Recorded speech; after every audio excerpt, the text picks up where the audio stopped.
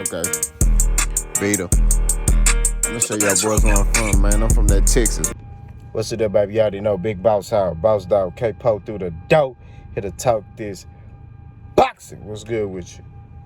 Before I get into my soliloquy, tough times, all that's good people doing. Officer, call the mental health hotline. Remember, you matter. You know, y'all know me. I got to check on y'all. All right, so peep game. I was watching YSM Sports Media. Shout out to him. You know what I mean? He dropped good content. It was 2 interviews that I watched.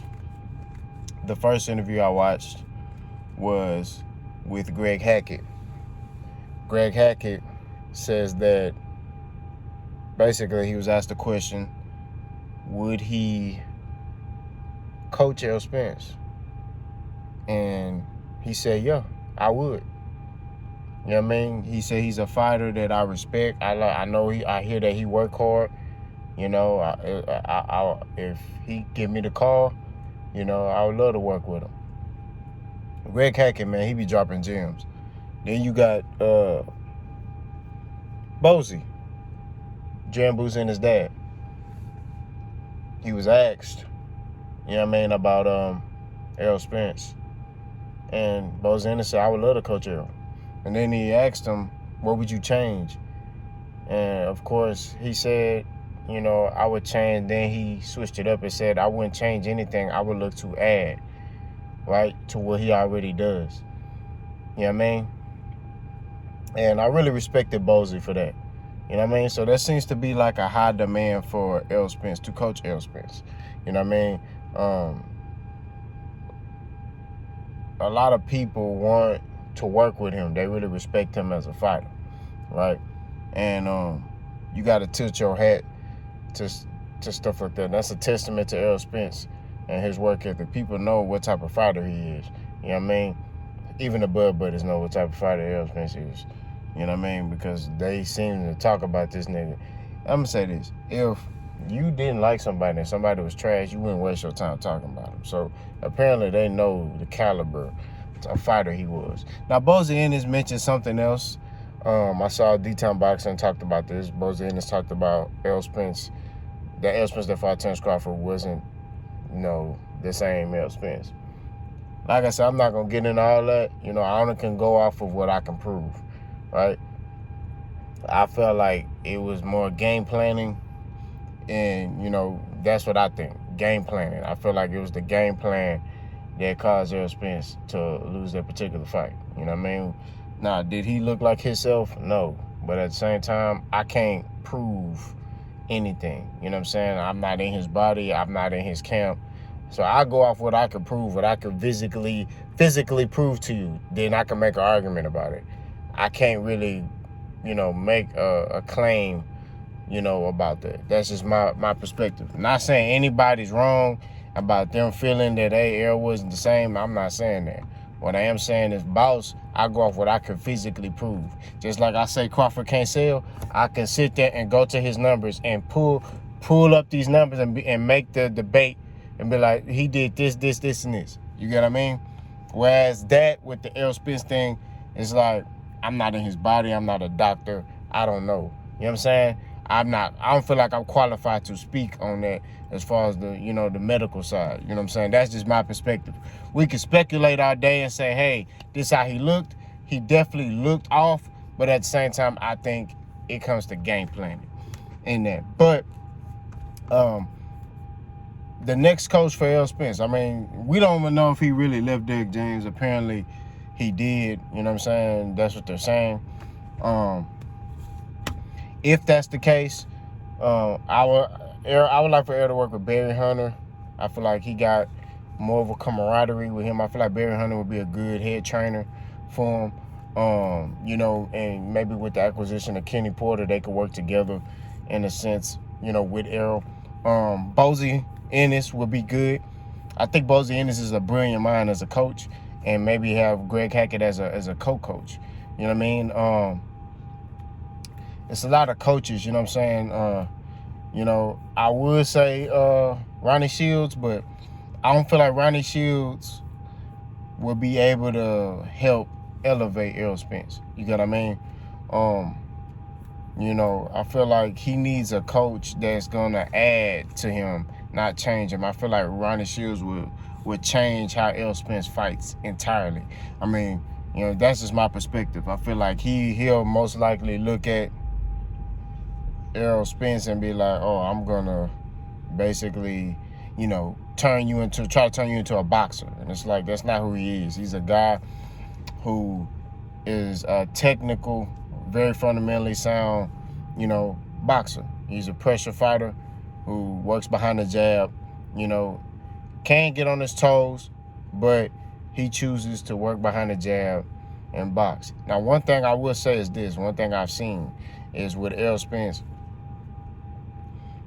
I have seen a difference in how he fights after the car accident. I went back and looked because there was somebody in the comment section that I forgot. Please forgive me. Somebody in the comment section said, "Hey, go back and watch Errol Spence before the car accident." So I did, and I definitely see a little bit more spring in his step and certain things that he could do before the accident than after the accident.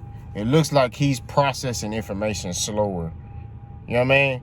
That's what I see. Whereas before, he had an answer for everything. You know what I mean? Now, it may be due to the level of competition. I don't know. But, Errol Spence even openly admitted himself when he fought Danny Garcia, he was in excruciating pain in his hips and stuff like that in that particular training camp and the fight. He said he wasn't even 100%. He was like 70%.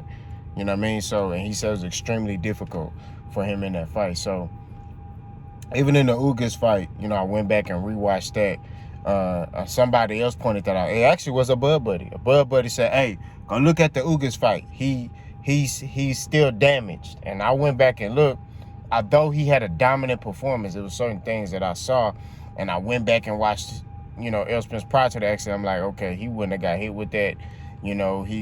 He looked a little bit more explosive and dominant, before the accident. So that accident definitely took something out of him. But like I say, he kept winning after that. So I'm not going to sit here and, try to make excuses for him because, I don't make excuses. I feel like, at the end of the day, when you decide to get in that ring, you just got to figure it out, regardless of the,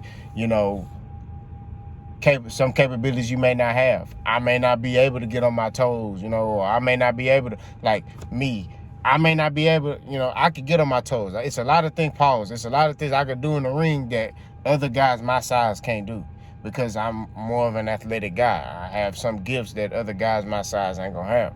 So I could do certain things, but if you're enabled in certain things, you still got to figure it out. You know what I mean? And that's what Errol got to do. So Errol got some soul searching to do. If he left Derrick James, I'm not gonna lie to you, I don't like that move. That ain't solid. If he left Derrick James, I feel like he needs to stay with Derrick James. I understand you're gonna have differences, disagreements, but y'all work through that. You know what I'm saying? Like, at the end of the day, it's about the concept of team. It's about the concept of growing together. And you know what I'm saying? You lose a fight and then it's just like, oh, that's it. No, y'all both took this L. Not only Errol, Derrick James took this L. So y'all both got to come back different. Now, Errol has to realize that he got to make smarter decisions in his career. This Fundora fight, if he's trying to wait on Fundora, that's a bad idea.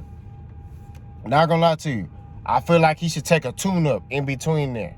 Like, fight somebody in between there and then fight Fundora. Tell Al, hey, look, let me fight somebody at 154, and then, I'll fight Fundora. Because that's a difficult fight for Terrence Crawford and Errol Spence. Terrence Crawford need to take a tune-up too. I don't know what he waiting on. Because I'm telling you right now, y'all keep sleeping on that boy Sebastian Fundora, bro.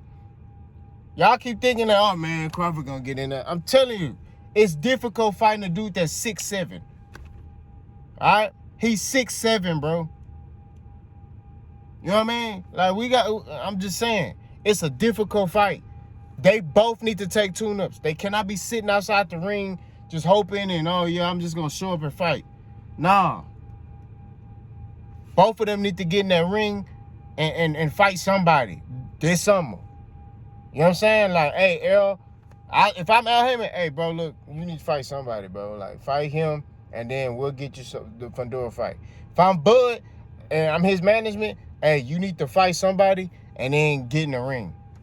That's just it. But if they keep on like trying to stall out and stuff like that, I'm telling you, they gonna take an L, bro. Crawford too. If he don't get in that ring, he gonna take an L against Von Duren. Now, if Crawford end up getting that Von Duren fight and he don't fight nobody and get in the ring, I'm telling you, he gonna take an L. I promise you. You can't sit out the ring, bro. You can't do that. So we shall see how this goes. You know what I'm saying? But to get back on topic, Errol Spence in high demand, bro. That's what it is. Y'all let me know what y'all think. Let's go.